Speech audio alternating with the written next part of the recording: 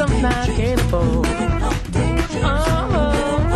Cause I'm living on trains. Nous allons passer à la vitesse supérieure. Nous parlons avec Brigitte Fedi-Cohen depuis lundi des bienfaits du sport. Vous direz oui, ça on a déjà entendu à la radio, la télé, dans nos magazines favoris. Mais là, vous allez voir avec de nombreuses études concordantes qui ont été faites dans le monde entier, concordantes, pas concordantes.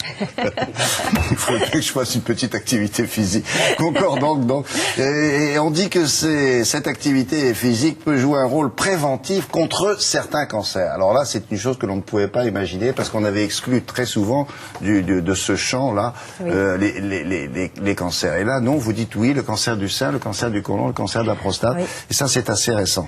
Oui, alors, ce sont des études qui viennent d'où en général? C'est pas simplement des études. Ça, c'est vraiment des études vraiment en très très grand nombre qui indiquent que les personnes qui sont physiquement actives ont un risque diminué d'avoir un jour un cancer ou un risque diminué de mourir un jour un cancer. Et même les études disent, quelle que soit la localisation. Mais vous avez raison, les études les plus probantes, les plus justifiées, les plus documentées concernent le sein, le côlon et la prostate, c'est-à-dire les cancers en France quand même très répandus. Alors bien sûr, il ne faut pas s'imaginer que le sport va suffire à prévenir l'ensemble de ces cancers dans la population française.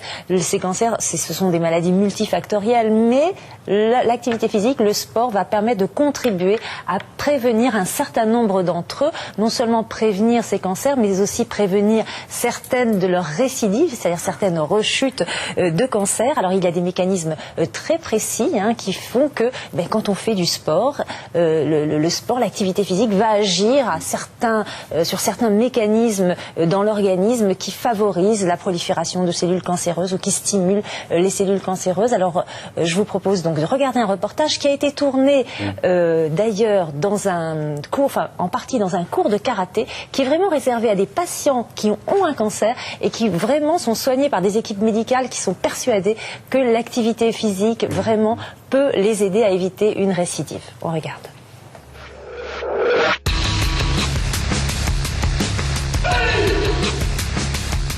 L'activité physique est réellement capable de prévenir, dans une proportion importante, de l'ordre de 25%, l'apparition d'un certain nombre de cancers, notamment les 3 grands cancers que sont le cancer du sein, de la prostate ou le cancer du côlon. À l'origine de cet effet préventif, il y a un mécanisme général. C'est que lorsque l'on fait de l'activité physique, on réduit sa masse graisseuse, son poids.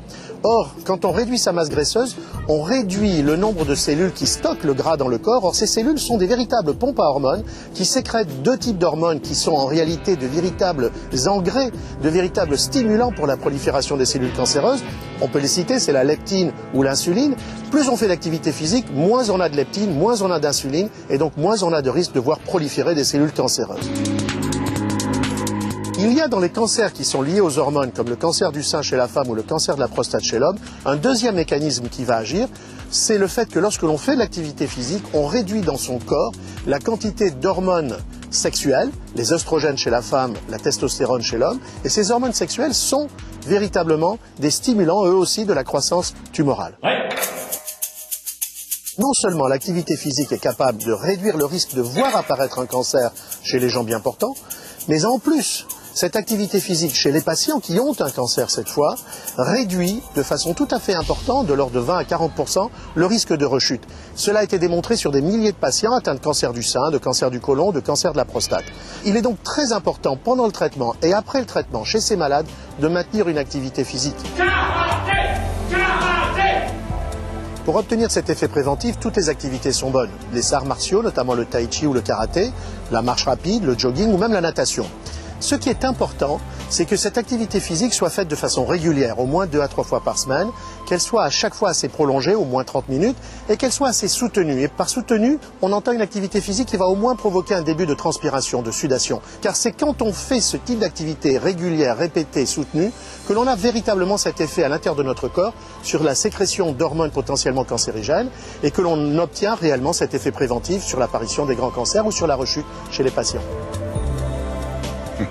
Pas de confusion, il l'a dit le médecin, vous n'êtes pas obligé de faire du karaté, il y a énormément d'autres sports, d'activité physique, faire le tour du pâté de maison c'est bien aussi. Alors pour le coup, maintenant, ce que l'on demande, c'est une ordonnance prescription d'activité Alors, physique. effectivement, les études sont tellement probantes, notamment sur le cancer du sein. Il y a eu des études qui ont montré que le fait de faire une activité physique pour des femmes qui avaient eu un cancer du sein localisé, c'est-à-dire sans métastase, réduisait de moitié le risque de rechute. Donc les médecins américains se disent aujourd'hui, parce que vous savez, ils ont peur des procès, ils se disent si on ne prescrit pas à nos patientes une activité physique, on risque dans quelques années, au regard de ces études, d'être poursuivis en justice. C'est comme si on n'avait pas donné un médicament gratuit, sans effet secondaire, et quand même assez efficace. Bien, il faut que ça soit adapté à chaque individu. Bien sûr. Le bien karaté, sûr. pour certains, il faut oublier ça. Chacun pratique un sport en fonction de certains conseils médicaux, en fonction de sa possibilité physique, Donc en le fonction de conseil, c'est son aller voir âge. votre médecin, Ah bah oui, bien sûr. référent, demandez-lui, tel que je suis moi, mon poids, mon Voilà. âge, qu'est-ce que je peux Ma faire maladie, qu'est-ce que je peux faire, ou en prévention de maladie prévention. éventuellement, D'accord. qu'est-ce que je peux faire. Donc un sport adapté à son âge, à sa condition physique.